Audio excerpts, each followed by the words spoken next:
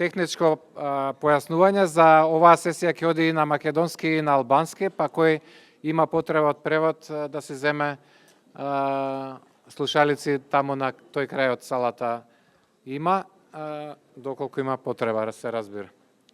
А мислам дека ние се комплетиравме и може да почнеме. Тие што се уште на кафе се надевам ќе ни се придружат и оваа последна сесија сега со пократко време од што првично беше планирано, но се надевам ќе стигнеме да изодговориме на многу прашања. Токму така ја замисливме како прашање и одговори, прашање од граѓанскиот сектор и одговори од министрите и затоа тука со мене се покрај 5 министри од владата, имаме и 5 колеги кои во секоја од својата област, односно од областите на министрите, ќе поставува прашања, а министрите ќе одговараат на нив. Ако остане време, ќе го отвориме просторот и за вас, доколку има простор на крај. Но да не должиме многу и да не губиме време со представувања.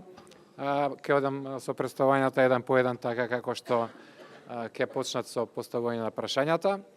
И мислам дека и не се договоривме за некој редослед, но бидејќи имаме една дама меѓу министрите, односно министерката Весна Јаневска, ред е првото прашање да оди од таму, а прашањето од областа на образованието ќе го постави Гордан Ѓоргиев, кој е директор на форумот или председател на форумот за разумни политики, со убаво организација со убаво име, па повели Гордан. Се слушаме. За заштедиме време, министерке, сега голем товар имате на ваши плеки.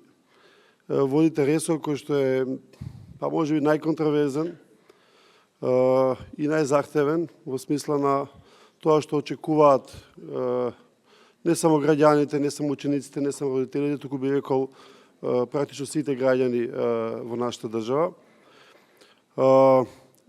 И имам неколку прашања кои што се генерирани од организациите кои што соработуваат во рамките на Сивика. Првото прашање е, значи, подготвувате стратегија за 2026 година, таа доаѓа секако. Малку ни е преку глава од секакви стратегии во сите области и стануваме малку и цинични кон реформите во крупните области. За мене, а знам дека и за вас, образованието не само по функција, туку и како личност, образованието е клучна сфера за реформа. Вие најавивте во неколку интервјуа дека ќе подготвите некој документ, определба, декларација, не го специфициравте, кој што ќе биде поврзан со еден, да речеме, транспартиски консензус. Не само транспартиски, туку и трансгенерацијски. Ме интересира до каде е таа работа, што ќе значи тоа, предпоставам дека разбирате колку политички скапо тоа може да биде, но ако тој товар политички скап се распредели на следните генерации, следните влади, а имаме консензус на таа тема, мислам дека ќе можеме да направиме добар пробив, така што тоа е првото прашање.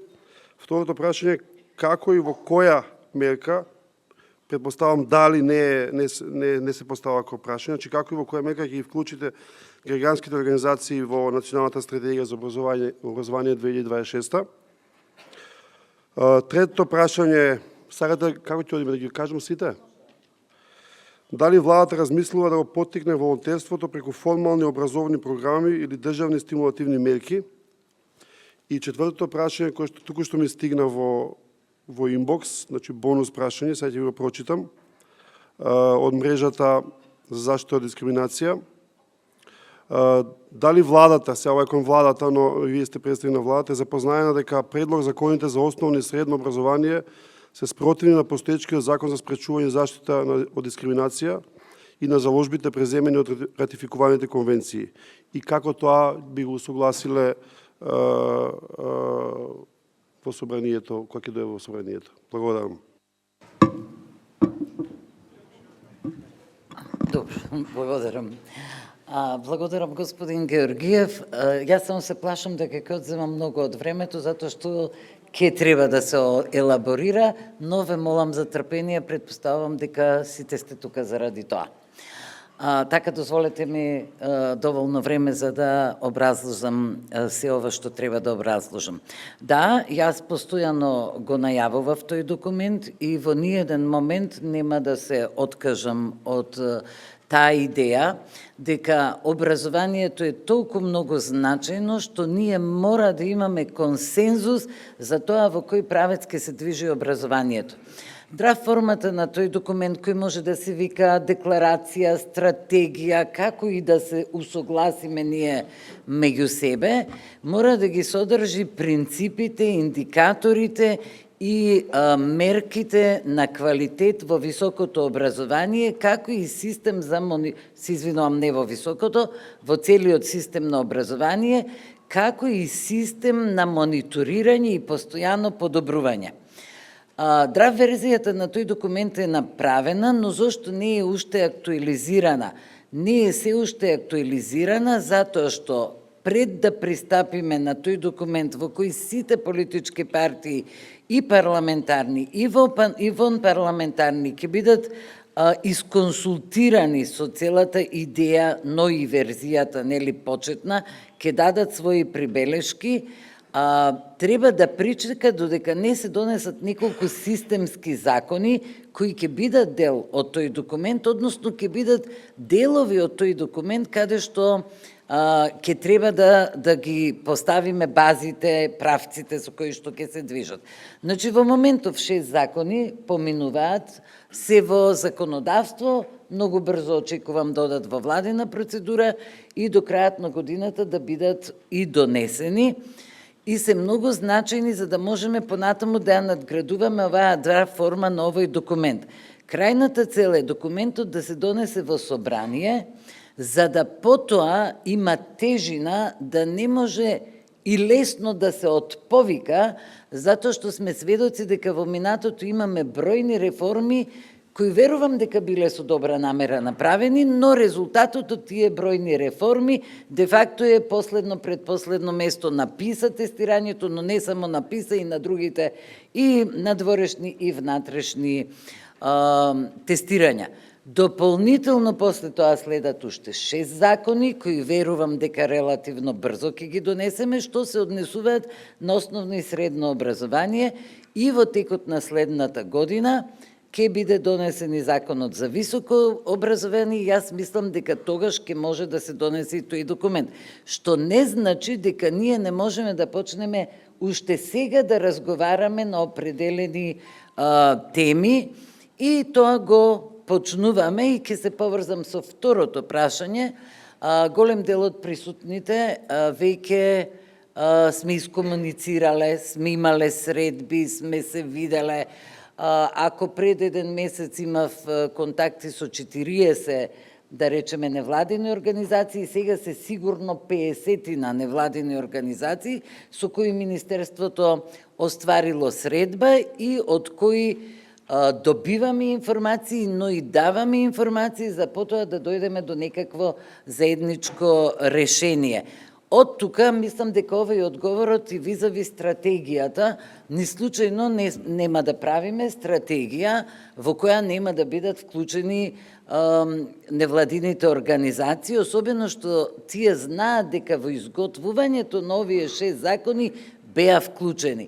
Сите беа вклучени, огромен број од нивните забелешки кои си беа на место се прифатени, веројатно дел од нив се и одбиени, затоа што не сме можеле да најдеме правна рамка или од некои други причини, но најголем дел се прифатени и секако стратегијата ќе биде наша заедничка работа. После средбите, после нивно учество во комисиите за изготвување на законите, ние повторно кога ги имавме драфт верзиите на законите, по мејл ги пративме до огромен број на невладини организации, добивме одговори и сега се, значи, после законодавство, повторно ќе бидат објавени на ЕНЕР и повторно ќе можат да ги погледнат. Така да сите кои се заинтересирани се добредојдени, ние со соработка, Министерството со соработката со невладините нема никакви проблеми, барем до сега не. Третото прашање се однесуваше на формални образовни програми или државни стимулативни мерки. Да. Со задоволство можам да кажам дека, благодарам, убави прашања имаме и добро е да се промовираат. Со големо задоволство можам да кажам дека во концепцијата и за основно и за средно се предвидуваат во наставни активности, но и општествено корисна работа. Бирото за развој на образованието изготви околу 50 такви настани, нови, не се тоа предмети, бидејќи се во наставни активности, значи активности со кои младите ќе бидат вклучени во општествениот живот за подигање на нивната свест, кон општеството, емпатија, помош, одговорност, се она што знаеме кога не сме во јавност, туку зад кулоарите да кажеме дека недостасува воспитување, недостасува емпатија. За основното образование предвидени се 30 часа за да бидат вклучени во таа општествена корисна работа, и кога граѓаните ме прашуваат што значи тоа, јас велам дека учениците може да посетат старски дом, учениците може да посетат болница, амбуланта, дека треба да се дружат, повеќе внимание да обрнат, да бидат со децата со посебни потреби, и така натаму, да го исчистат училиштето, да си го средат дворот, не само да го исчистат, туку и да го зазеленат, малку еколошка свест да развијат и така натаму. Така да тоа ќе биде од идната година веќе спроведливо. Правиме и нови наставни програми за први клас гимназија, тие не се 24 години променети.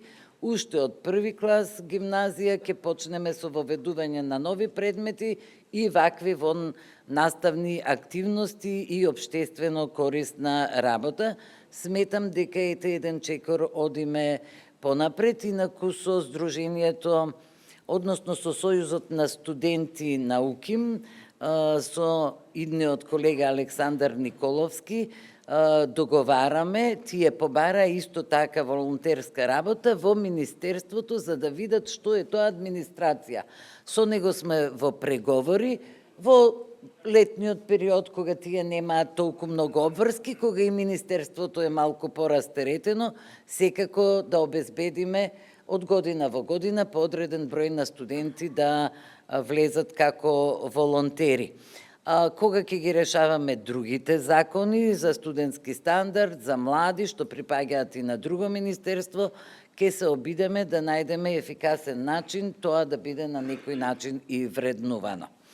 И конечно, последното прашање за законот за основно, средно образование во однос на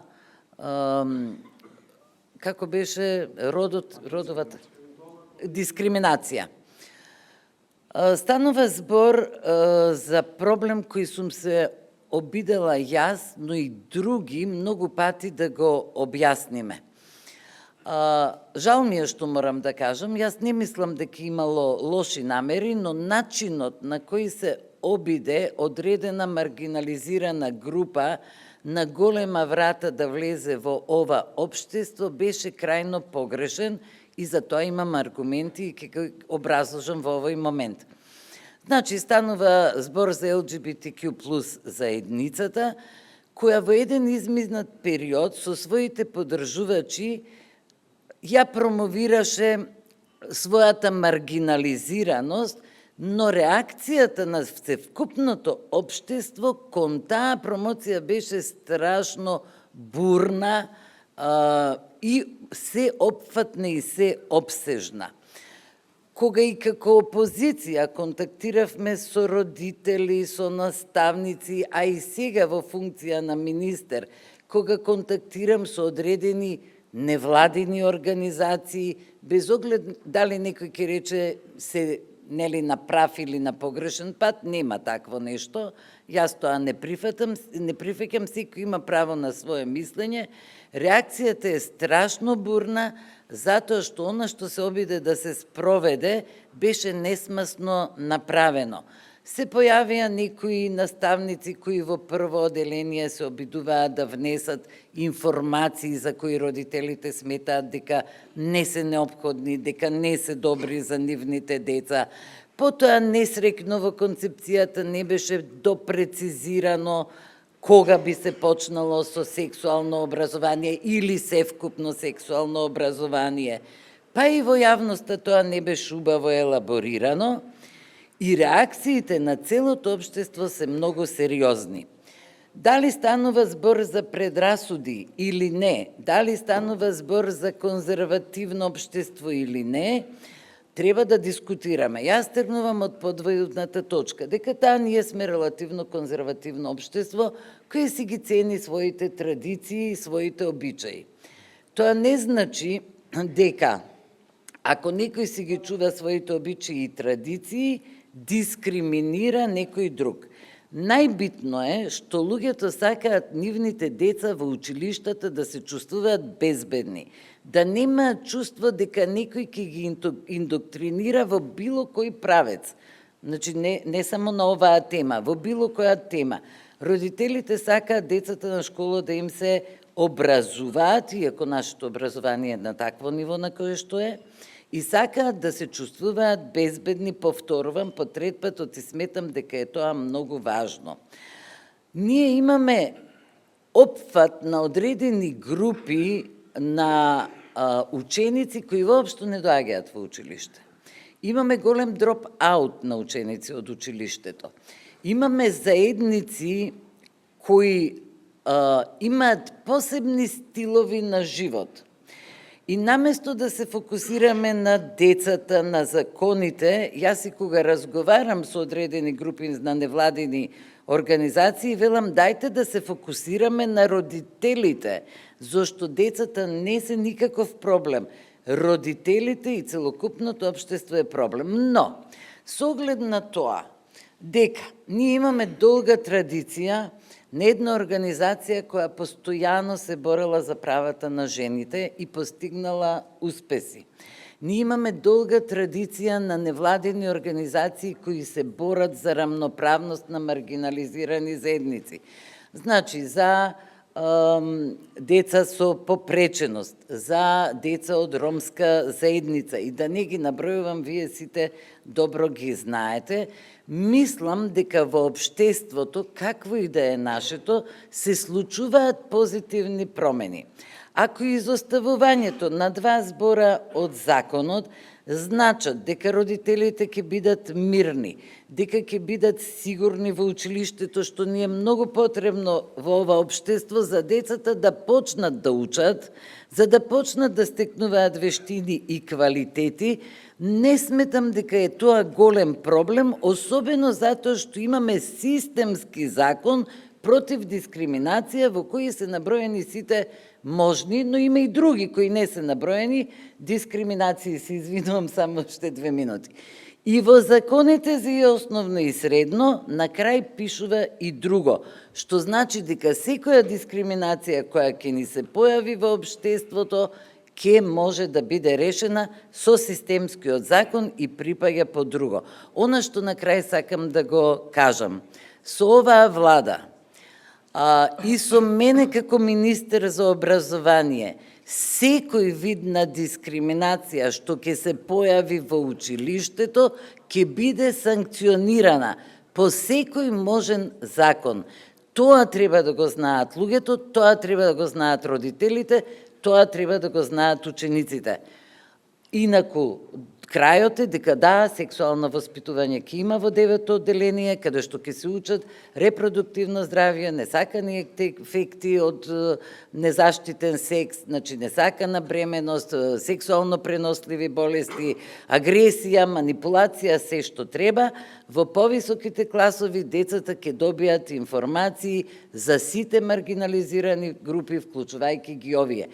тогаш кога нашето општество смета дека децата се безбедни и можат да ги восприемат тие информации. Значи, повторувам, ниедна дискриминација за која ние ќе знаеме нема да биде допуштена и ќе биде сериозно санкционирана во секој училиште во Македонија. Ви благодарам. Министерке, за исцрпните одговори. Ќе треба во следниот остатокот од сесијата да бидеме поефикасни и со прашањата и со одговорите за да стигнеме во планираното време и веднаш продолжуваме со прашањето од областа на животна средина со колешката Бојана Станогевска Пецуровска. Прашањето е за вице-премиерот Изет Меджити, кој по функција требаше прв да го прашаме, но дадовме предност на дамата, а веднаш и да го извинам, ќе треба да напушти порано, веднаш кога ќе ги одговори прашањата. Повели Бојан.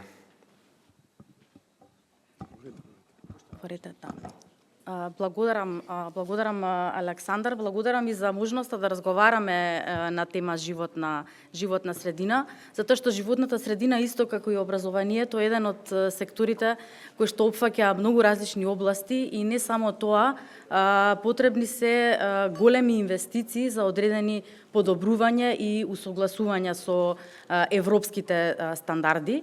Не само што се потребни големи инвестиции, туку потребна е и добра координација и соработка помеѓу сите засегнати страни и особено интерсекторска соработка помеѓу другите министерства кои што имаат надлежности во оваа област, како што се Министерството за земјоделие, шумарство и водостопанство, енергетика, транспорт, па дури и образование и Министерството за труд и социјална политика.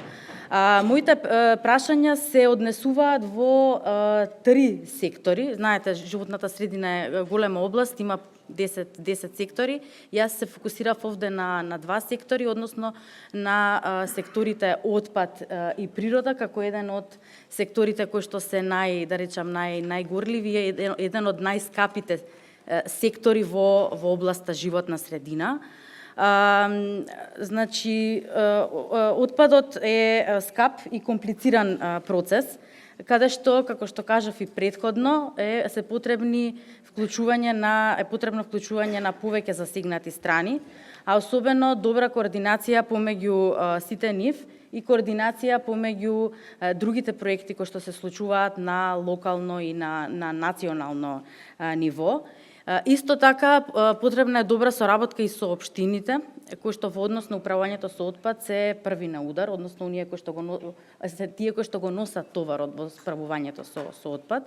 Па така, моето прво прашање се однесува на тоа како Министерството за животна средина ја гледа својата улога во координацијата и вклучувањето на сите засегнати страни кои што можат да допринесат во овој дел. Тука се невладините организации, општините, стручната јавност, нели, и сите останати.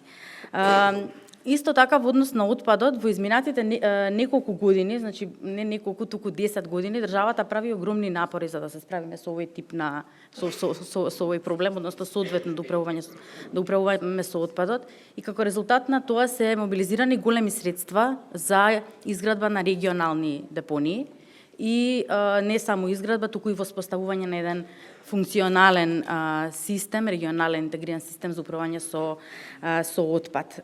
Моето прашање овде е докаде се депониите, она во Свети Николе и таа во Мегленци, во Битола, кои што треба да обслужуваат 4 региони, и кои се проблемите, потешкотиите со кои што се соочува Министерството при изградбата на депониите. Понатаму во делот на природа, ќе се фокусирам повеќе на води, односно на двете најголеми природни езера двете најголеми природни езера во државата, Преспанското и Охридското.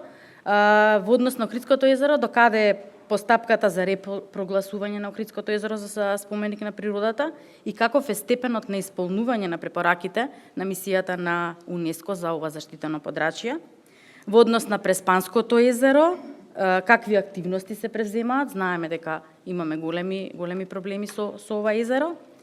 И на крај, во однос на транспарентноста, јас во името на сите здруженија на граѓани кои што работат во оваа област, Сакам да истакнам дека ние со години наназад сме партнер и на владата, но и на Министерството за животна средина. И во таа насока сакам да го прашам Министерството како планира понатаму да ги вклучи Сдруженијата на граѓани во својата работа, во донесувањето на одлуки, но и во спроведување на активностите. Мислам дека бев кратка и јасна. Колку што може. Е толку кратка, ама се надевам јасна, повелете, вице-премиер. Faleminderit për pyetjet konkrete dhe njerit duhet t'ju përshëndes gjithëve. Ta falenderoj edhe organizatën jashtëqeveritare për këtë takim bashkë me ambasadën zvicerane. Do mundohem më shkurt për shkak se kemi kalu afatet kohore. Do filloj domethënë në kuadër të Ministrisë Ambientit Jetësor ka pas dy njësi projektuese për kredi të marra, domethënë njëra është nga Banka Evropiane për Investim dhe tjetra është nga Banka Evropiane për Zhvillim.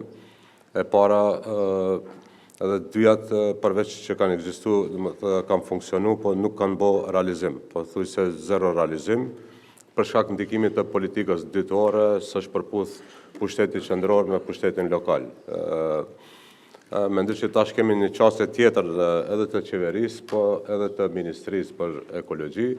Nuk e kemi më rëndësi se komuna udhëhiqet nga partia në pushtet apo nga opozita, me rëndësi janë qytetarët.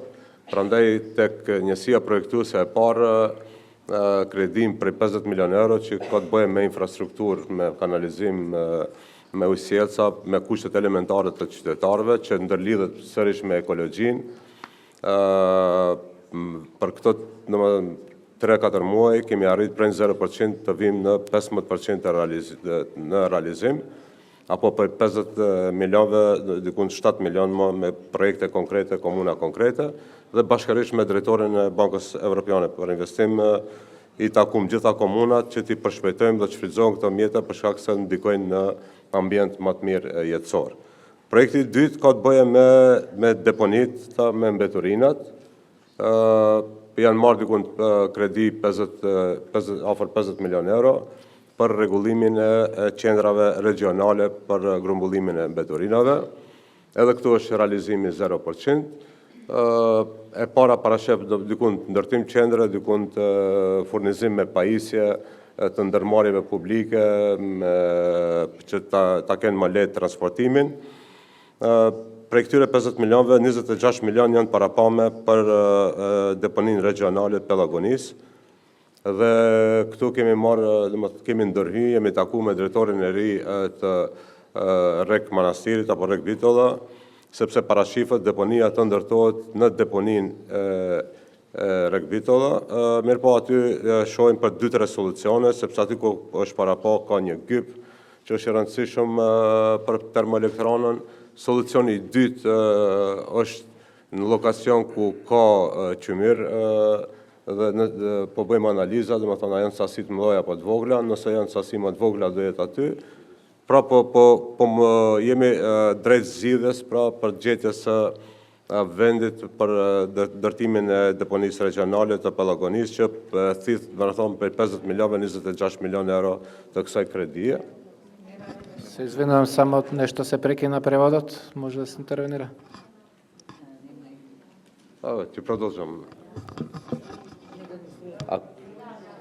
Не. Окей. Në më avancuar është deponia në Sveti Nikol, po bëjmë përpjekje edhe me Rusinon, po problemi është që gjitha komunat e duan zgjidhen, po asnjë komunë nuk e don në komunën e vet. Dhe apo të ketë Ne работи? На единица вред. Kanal 1. Да. Окей сме? Да. Pra, e kemi intensifikuar në këtë drejtim edhe mendoj që do vim të rezultatet e para në fillim vitin e ardhshëm, sepse punojmë me intensitet plot dhe fokusim të plot, po përveç mbledhjes së mbeturinave, rregullimit të çështjes së deponive, mendoj se një çështje është edhe më e rëndësishme ku kërkoj edhe mbështetjen edhe partnerëve tonë ndërkombëtar, edhe të organizatave, të ambasadave, edhe pse deri tash na kanë ndihmuar për të gjetë zgjidhje dhe për të pastruar mbetërinat e rrezikshme, siç është lindani në Ohis, në Jugokrom dhe të pika tjera, të cilët jo vetëm që rrezikojnë shëndetin e qytetarëve, po në Jugokrom rrezikohet edhe burimi i ujit i Rashës, pra rrezikohet uji i pishëm për krejt qytetin e Shkupit. Pra këto janë, mendoj, këtu do na duhet një përkushtim më i madh dhe këtu e kërkojnë ndihmën edhe të edhe tuajën që bashkarisht t'i gjejmë zgjidhjet më të mira, më të lira dhe më të shpejta, sepse është më rëndësi edhe faktori edhe konstrukti financiar, edhe faktori kohë. Për këtë do ju ftoj pra sidomos shoqatat që janë të orientuar dhe kanë kontribut në sferën e ambientit, ekologjisë, të bëjmë një partneritet drejt për drejt, pra sidomos po ta bazojmë në ide, pra mos janë takime formale, po të jenë takime që do na udhëheqin ide dhe për këtë jemi të hapur.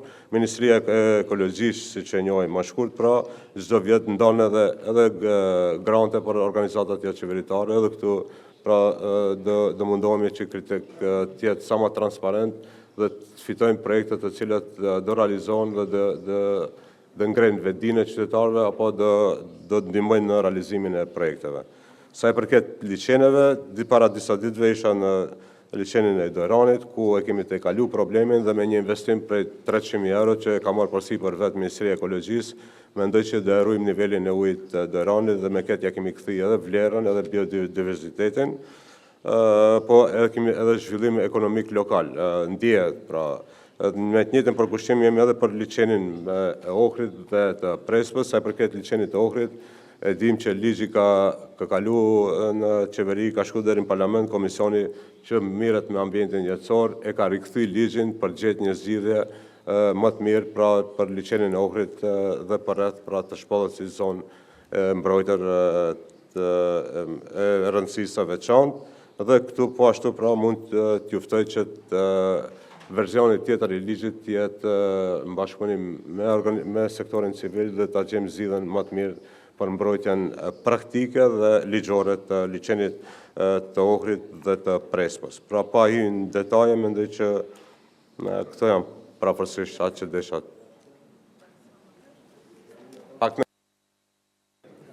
Me razbraft e line? Фалемендарит shumë zotëri Mexhiti. Благодариме за овие јасни, прецизни одговори на прашањата кои беа поставени. Му се заблагодаруваме за учеството и го ослободуваме од обврската за оваа сесија. А ние продолжуваме понатаму. Дали додека сме уште на албански, да продолжиме со Шуип, Марко, на темата локална самоуправа. Шуип е од Центарот за развој на заедницата во Дебар, па повели со прашањата од таа област. Faleminderit Aleksandër, përshëndetje të gjithëve. Është një rast i mirë me të vërtet dhe është një nismë e mirë e kësaj qeverie që të bashkëpunoj hapur me qytetarët. Në zgjedhjet e fundit ju fituat mbështetje të mëdha, kështu që edhe qytetarët kanë prej ju shpritje të mëdha. Dhe besoj se ja keni nisur mirë. Ministri i pushtetit lokal e shoh që është mjaft i hapur për publikun, për shembull duke shfrytzuar platformën Spodelise, për të cilët qytetarët, nëpërmjet cilës qytetarët mund të japin ide, të pyesin pyetje të ndryshme, por shpresoj që në të ardhmen të ketë edhe platforma të tjera, aplikacione të tjera, të cilat do të komunikojnë me qytetarët. Gjithashtu shpresoj që do të rritet edhe numri i shërbimeve digjitale të cilat i ofrojnë komunat dhe ata të jenë edhe në gjuhë të tjera, sepse ka ardhur gjendja në Maqedoni se në shumë qytete dhe komuna më shumë janë jo rezident se sa rezident dhe gjeneratat e reja nuk e flasin as gjuhën maqedone, si as shqipe, ose i turqisht e flasin italisht, anglisht, gjermanisht. Mendoj që kjo duhet të bëhet. Gjithashtu, si tha kryeministri, ne inxhinierët jemi më praktik, u fol për mundësinë e sigurimit të lokacioneve për zyra, sepse me të vërtet, sidomos në qytetet e vogla dhe në komunat rurale, sepse me të vërtet është shtrenjtë shoqatat e vogla atje të mbajnë zyra. Për shembull, një opsion është këtë që po e bëjnë tani sa vite MCMS-ja dhe donatorët për hapjen e qendrave resurset për qytetarët, le ta marrin çdo komunë të hap një qendër resursi për qytetarët, ku shoqata do të kenë qasje për internet, për zyre, për mbledhje dhe për aktivitetet të tjera. Kurse, se i mora pyetjet, janë po 3 pyetje.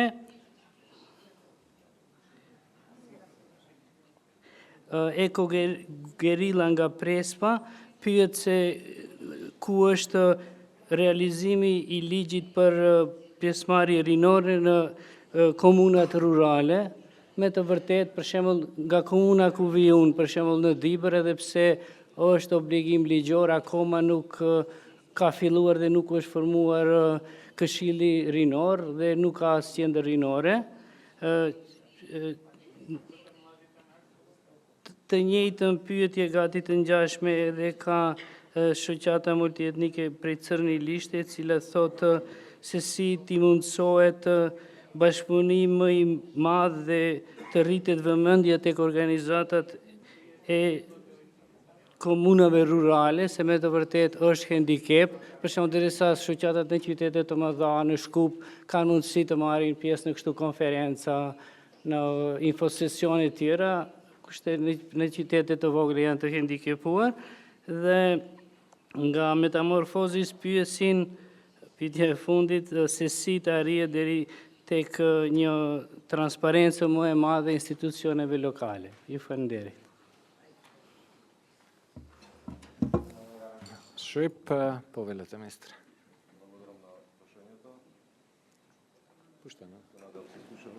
Да. Благодарам до сите вас за можноста да сум овдека денес со вас. Она што во моментот го работиме ние во Министерството за локална самоуправа е практично да заради неактивноста, недоволната визибилност во изминатите години, па можам да кажам и децении, се соочуваме навистина со многу предизвици, меѓу кои што и неколку од нив вие ги споменавте. Мислам дека влезе една свежа енергија во рамки на нашето министерство. Се даваме се од себе да го подигнеме на ниво на кое што доликува и на кое што ниво би требало да го градиме во периодот кој што ќе следи, бидејќи вакво какво што е во моментот, не би можело доволно или во целост да ги искористи сите можности кои што како држава ни се нудат и како структурни фондови, предпристапни помоши и така натака, така да навистина отворивме 4-5 многу големи процеси во рамки на Министерството и се надевам и убеден сум дека ќе успееме да ги завршиме. Јас не би го поделил, кога говорам за младинското учество, тука би сакал да говорам и за општо граѓанското учество во носењето на одлуки, затоа што сметам дека тоа е императив за двосмерна комуникација помеѓу локалните самоуправи и граѓаните. Едноставно, крајно време е градоначалниците да сватат дека средствата кои што ги трошат и политиките кои што ги креираат треба да соодветствуваат согласно потребите на граѓаните. Бидејќи ако не е така, џабе е све. Едноставно, некој замислил во канцеларија дека нешто треба да направи, ако ќе излезе на терен, тоа практично не соодветствува согласно потребите на граѓаните. Тоа е тоа кое што ние сакаме да го смениме преку оваа платформа и максимално сме отворени за соработка не само со невладиниот сектор, туку општо и со граѓаните и навистина многу енергија ни зима, но тоа е тоа. Се трудиме да стигнеме секаде. Точно е дека Законот за младинско учество и младински политики ги обврзува општините во своите статути да ги формираат овие групи кои што би требало да имаат партиципативно учество во креирањето на политики. Не можам да кажам дека во сите локални самоуправи во целост се спроведува, што за мене е поразително. Иако немам јас директна надлежност преку моето министерство, мислам дека во периодот кој што ќе следи, преку примери, ќе ја подигнеме оваа свест, и јас тоа и го правам. Сакам да споделам една работа за која што сум превеќе благодарен на швајцарската амбасада, бидејќи е наш, можам да кажам, и стратешки партнер кога збориме за регионален развој и локална политика. Оние форуми на советите кои што како иницијација, како проект кој што потегна преку заедничката канцеларија која што ја работиме, навистина вроди со плод. И јас бев вчера на една од тие средби за да дадам личен пример дека треба да сме таму, треба да разговараме за граѓаните за да можеме да креираме политики за следната година. Дополнително овие алатки, бидејќи швајцарската влада како држава инвестира навистина огромни средства овдека, едноставно е неприфатливо од моја страна да овие работи, кога сме ги увиделе дека ни се потребни, не ги имплементираме во законот. Вие знаете дека законот за локална самоуправа го отвараме после 22 години, затоа што сметаме дека е право време да се моделира и да се подигне квалитетот на истиот. И истите овие пристапи во насока на зголемување на инклузивноста од граѓанскиот сектор, невладините организации во креирање на политиките, ќе ги интегрираме во новото законско решение. Мислам дека сте задоволени во првиот дел од прашањето.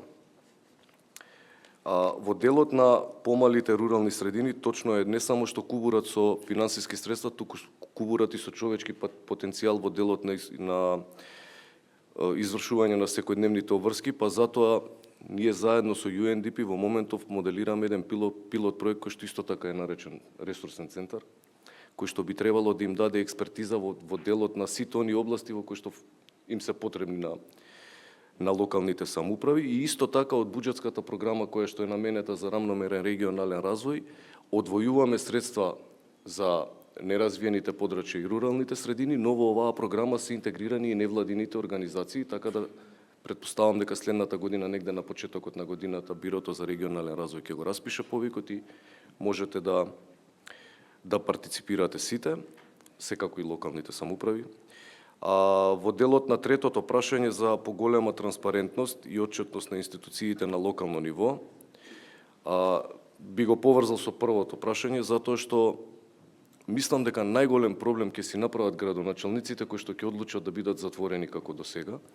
Зашто? Заради тоа што едноставно во овие модерни услови на функционирање информацијата е многу подостапна од било кога и некогаш не треба да слушнете нешто од градоначалника, може да стигнете до информацијата, и за да не се креира лажна перцепција, да се функционира во еден затворен круг, мислам дека е добро самите локални самоуправи да го подигнат нивото на транспарентност и отвореност пред се кон граѓаните, а потоа и кон невладиниот сектор. Ние како Министерство за локална самоуправа заедно со поддршка на USAID и проектот СРМА изготвивме кодекс на транспарентност кој што би требало да ја даде основата на локалните самоуправи, во која насока би требало да се градат и развиваат во насока на отвореност, отчетност и транспарентност. И јас се надевам дека во периодот кој што ќе следи, сите заедно кои што се во салава, поготово невладините организации, дополнително ќе најдеме механизам да ги стимулираме оние градоначалници кои што не го практикуваат овој отчет. Јас ви благодарам и мислам дека беше окей. Благодарам. И во начално ни помина во моментот времево, но почнавме нели со 15 на минути за доснување, па се надевам во овие 15 ќе заокружиме, ќе завршиме форумот. Збор им давам на луѓето од културата и туризмот. Дина Муцунска, што повеќе знаеме всушност од бизнисот, но е и представник или председател на две здруженија кои генерално се занимаваат со одржливиот развој, но ќе оставам таа да каже повеќе за себе и за постави прашање за министерот Љутков. Добар ден на сите. Пред се благодарам за можноста да бидам овде денеска и да учествувам во оваа дебата, во овој разговор. Како што кажа Александар, Дина Муцунска, повеќето ме препознаваат како генерален менаџер на хотел Манастир, каде што 20 години работам туризам и одржлив развој, односно одржлив туризам, колку што ни се можностите, а помалку ме познавате како човек што 15 години веќе исто така работи и во граѓанскиот сектор, правно преку граѓански здруженија, повторно на темите туризам и одржлив развој. И сега природно се наметнува дека прашањата ќе ми бидат од туризам и одржлив развој, оно што ми е пасија и мисија во животот. Точно бидејќи јас сум чинител од рурален сектор, Берово, кај нас во руралните области, оние кои што имаат потенцијал за туризам, единствената шанса им е преку одржлив развој. Така што туризмот и одржливиот развој се неразделни, одат рака под рака. Незамислив е туризам во рурална средина без одржлив развој. Всушност, самиот туризам е шанса преку одржлив развој и за економски развој, при тоа за задржување на младите, за помала миграција како внатрешна, така и надворешна. Од овој аспект гледано, туризмот значи практично се за оние рурални области кои што повторно ќе кажам имаат потенцијал за туризам, немаат сите. Во Македонија не се малку. Зборуваме за Мелешевија, зборуваме за Пореча, зборуваме за Осоговија, за Мариово. Значи сето тоа може да бидат оаза на сериозен економски, односно одржлив развој. Сега конкретни само две прашања за да видам нели ефикасна и брза, инаку би можела да има многу повеќе, ама две. Првото прашање би ми било, кога веќе знаеме што се значи туризмот преку одржлив развој за руралните средини, и од гледна точка економски, и од гледна точка на социјално-културно јакнење на самото население и повторно грижа за зачувување на природата. Сите овие три сегмента се основа на одржлив развој и еден без друг не можат, не се возможни. Економија без човечки ресурси не постои. Туризам без природа не постои. Сега прашањата. Првото прашање е дали и како Министерството планира евентуални проекти во еколошкиот домен, како за граѓански асоцијации, така и за мали бизниси, микромали бизниси, па и за локалните самоуправи, точно за овие рурални средини кои што имаат потенцијал за ваков развој преку туризмот, бидејќи не се малку како што кажав, а се може точно да се кажат и кои се на ниво на Македонија, дали може би преку грантови, субвенции, кои што ќе поддржат еколошки практики во доменот на не се малку, енергетска обновлива, извори на обновлива енергија, енергетска ефикасност, мобилност зелена, инфраструктура, зелена инфраструктура или зелена субструктура која што е потребна за туризмот. Потоа, повторно, циркуларната економија, управувањето со отпад, за кој што веќе за доста од ова зборуваше веќе и Бојана. Така да тоа ми е едното прашање, дали и како планирате да ги поддржите. И второто прашање, повторно веднаш, како и претходните говорници, второто прашање ми е за ДМО. Destination Management Organization или организации за управување со дестинации. Значи, ваков проект беше почнат пред неколку години, сега не ми текнува пред корона, по корона, но прекина. Сега, овие организации, зашто се специфични, зашто денеска овде ги спомнувам, бидејќи точно нивниот концепт е спојување на граѓанскиот сектор, бизнис организациите и локалната самоуправа. И повторно ќе кажам, се веројатно единствена шанса за да се спроведат точно овие практики на одржливост преку туризмот, како би ги поттикнале развојот на овие рурални средини со потенцијал за туризам. Така да, верувајте дека само во локалното знаење, во тие локални организации, граѓански и локалните бизниси е локалното знаење, кое што на некој начин пркоси на технолошкиот развој, не за да го стопира, туку за да го насочи во вистинска смисла на развој, бидејќи се губи она што е идентитет на руралните средини, според кој идентитет тие би можеле да бидат уникатни и да се продаваат како такви, а при тоа да се конзервира природата и луѓето да бидат сепак среќни во својот, во заработувањето. Зошто ве прашувам вас? Заради тоа што токму овие организации во светот се финансираат од владите воглавно, потоа од туристичката такса која што останува целосно во нив и од странските агенции за развој, програмите за поддршка во Македонија кои што се присутни и од чланарина, така да затоа ми е кон вас прашањето. Јас ќе бидам краток многу во одговор.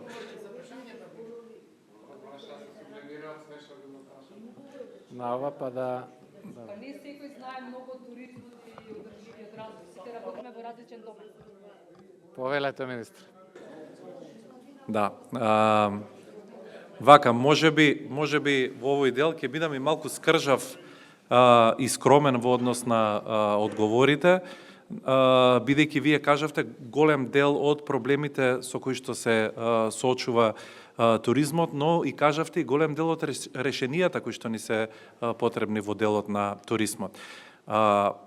Вие сите знаете, веќе неколку пати сме зборувале на таа тема, дека ова е сега младо министерство, кое што се вика Министерство за култура и туризам, и туризмот веќе од оваа година е веќе покренат на едно многу повисоко ниво со тоа што си добива свој ресор или свое, како да кажам, посебно министерство во делот на Министерството за култура и туризам. Законската обврска да се трансформира Министерството за култура во култура и туризам беше некаде околу 5 месеци и заврши на 10 ноември и ние имаме законска обврска во наредниве неколку денови да го превземеме целиот ресор, што значи дека од 25-та година веќе се подготвуваме во изработка на нова национална стратегија и тука ќе ни бидат од голем помош сите чинители во делот на туризмот. Така да јас не би можел нешто многу конкретно да зборувам во овој дел, бидејќи сме сега во една транзиција од Министерство за економија во Министерство за култура и туризам. Ниту тие работат на своите програми, ниту пак ние сме почнале со нашите програми, но се надевам дека за многу брзо време ќе бидеме готови. Но што се однесува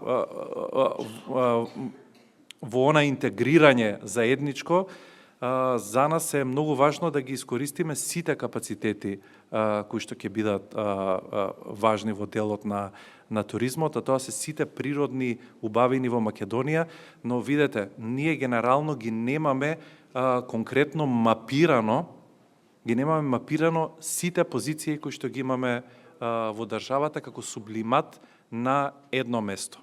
Ние не ги знаеме сите наши потенцијали и сите капацитети кои што треба понатаму да ги искористиме во развојот на туризмот. Затоа е многу важно да не зборуваме за туризмот генерално само како за туризам, туку ќе треба да го поделиме, да одиме со текот на времето, со модерните технологии, да видиме што е она што ни е важно сега во моментот. Размислуваме на многу типови на туризам, но сето тоа ќе треба да се интегрира во една заедничка стратегија. Како почеток, можам да кажам дека развојот на транзитниот туризам ќе ни биде еден од приоритетите. И ова сум го зборувал неколку пати, а тоа е автопатското решение Е75, кое што има многу голем потенцијал, но во секој случај не е воопшто искористен тој капацитет, бидејќи таму во тој дел имаме најголем број на туристи кои што остануваат само на еден дел и проблемот, нашата задача ќе биде да ги задржиме барем на 2 или на 3 ноќевања, бидејќи Македонија всушност и не е земја каде што имате 10-дневно или 15 ноќевања. Имате 2-3 и ние се трудиме сега во иднина да имаме и повеќе ноќевања. Во овој дел од ДМО или управување на дестинациите, со оваа информација ќе морам и еден дел да ви го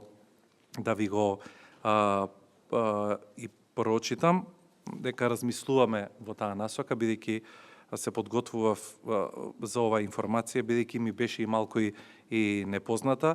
И факт е дека креирањето на организации за управување на дестинација е одличен начин за промовирање на одржлив развој на туризмот преку интегриран пристап и управување на локалните ресурси.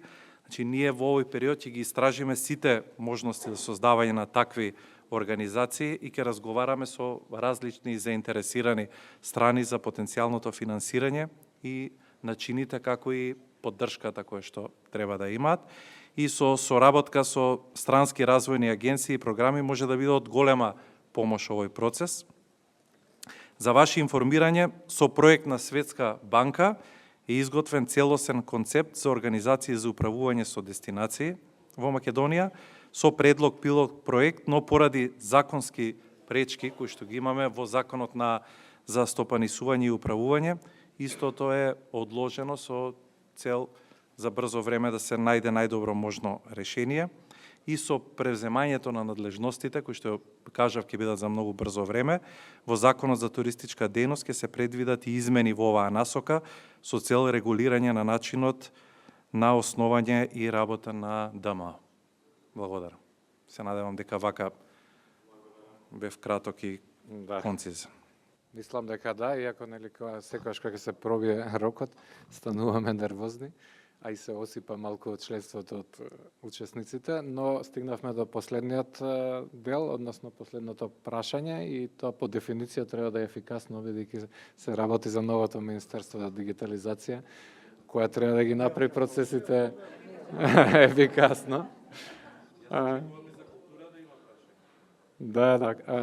Веројатно прашањата ќе го ставиме за коктелот кој е позади веќе сервиран, зашто веќе го надминавме времето, но да завршиме формалниот дел со заокружување на последниот дел за дигитализација. Данче Даниловска Бајдевска од Метаморфозис ќе ги сублимира прашањата од тој дел за министерот Андоновски. Да ги чујат одговорите колегите од граѓанското општество, кои што според структурата на салата ќе видите дека се луѓе кои што животниот век го поминале во граѓанско општество, и мислам дека сите од нас овде сонуваат за партнерство со владата, што ќе рече еден ден да бидеме на еднаква нока во сите сектори на соработка. Бидејќи доаѓам од Метаморфозис, фондација за интернет и општество, фондација која што 2 децении работи на дигитална трансформација, односно која што работи, се залага за одговорна дигитална трансформација. Имам чест да му ги поставам на министерот прашањата кои што дојдоа од организациите од овој сектор. А се однесуваат на дигитална трансформација затоа што ние, граѓанските организации од оваа област, гледаме можност за раст и развој преку дигиталната трансформација. И иако последен имате можност да одговарате на панелот, ќе се фокусирам на тоа како вие како министер на ново формирано или сепак со наследство Министерство за дигитална трансформација, ја гледате улогата на граѓанските организации во процесот на дигитална трансформација. Зошто го поставуваме ова прашање? Затоа што во последниот извештај на Европската комисија беше нотирано дека, иако работиме во поволно обкружување во државава, сепак владата треба да најде повеќе можности да ги вклучи граѓанските организации во процесите на креирање на политики и ни дава препорака за да се воспостави и развие еден одржлив пристап за вклучување на граѓанското општество. Бидејќи сме во ера на дигитална трансформација, и второто прашање е поврзано со тоа дали имате планови за имплементација на различни дигитални алатки, платформи, кои што ќе овозможат граѓанското општество директно да ви се обраќа со предлози, директно да комуницира, не само преку ЕНЕР како систем за консултации од 20 дена. Така што на тема соработка со граѓанските организации, како можеме да искористиме дигиталната трансформација. Ви благодарам.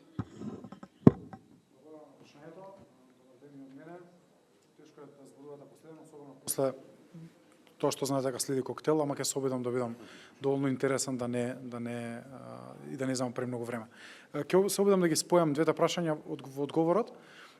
Сметам дека граѓанското општество има важна улога во комуникацијата со владата и во градење на еден општествен консензус по едно прашање, како што е дигитализацијата, кое што не засега сите. Дали сакаме, не сакаме, дали сме подготвени или не сме подготвени, дигитализацијата е тука и потребен е напор на цело едно општество за да може да стаса до процесот на дигитализација на правилен начин. Затоа што видовме во изминативе 10 години што значи кога дигитализацијата се прави адхок, несистематски, во паралелизам и проектно. Па имате делови од институциите или од секторите кои што се подобро развиени, банки, телекоми. Имате дел од системот кој што е помалку развиен, покрупни компании, приватен сектор, и имате дел од системот кој што е воопшто неразвиен, обично јавен сектор. Тоа вака од прилика изгледа сликата. И сега кој е нашиот пристап? Прво ги гледаме граѓанските организации како критичари, не како критизери, како критичари. Затоа што добар критичар дава конструктивна критика која што носи решение. Не е само објаснување на фактот, дека имате проблем, туку ви дава и решенија, можни решенија за тоа. И јас сум многу среќен што многу голем дел од извештаите кои што доаѓаат од приватниот сектор, анализи, препораки, можеме да ги погледнеме и тие истите ги примениме во пракса. Исти такви препораки и критики имаше и за нацрт стратегијата за сајбер безбедност, која што ја наследив, и за претходната нацрт стратегија за ИКТ развој, базирајќи се на критиките кои што доаѓа од граѓанскиот сектор и од Државниот завод за ревизија, ние сега имаме два документи кои што ги подготвуваме во еден многу поинклузивен процес и се надевам дека во таа насока и ќе продолжиме. Вториот аспект е експертизата, која што секако недостасува, зборуваше мојот колега за во локална самоуправа, слична е ситуацијата во повеќе министерства, дека потребна дополнителна експертиза, која што природно би требало да дојде од граѓанскиот сектор во определени конкретни точки, конкретни подрачја, и тоа е навистина од непроценливо значење и една врска помеѓу граѓаните и институциите е поволно да биде, особено во некои специфични области. Ние доаѓаме од политичка партија, ние имаме и директен линк со граѓаните, но кога станува збор за определени специфични области, како што е интернет и општество, како што се дигитални вештини, како што е развој на нови алатки и политики, многу е важна улогата на граѓанскиот сектор како мост меѓу институциите и граѓаните. И сега околу алатките, јас наследив еден портал Open Data, портал за отворени податоци. Податоците не се задоволителни, само помалку 20 институции активно споделуваат податоци на порталот.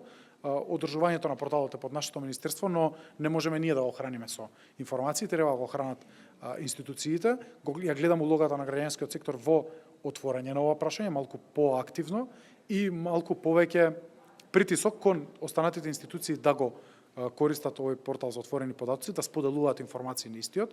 Исто таков притисок е потребен кон институциите за користење на платформата за интероперабилност, што ќе значи сериозно поврзување на институциите и споделување на информации помеѓу себе, а по дефолт тоа ќе значи полесен пристап до информации кон граѓанскиот сектор.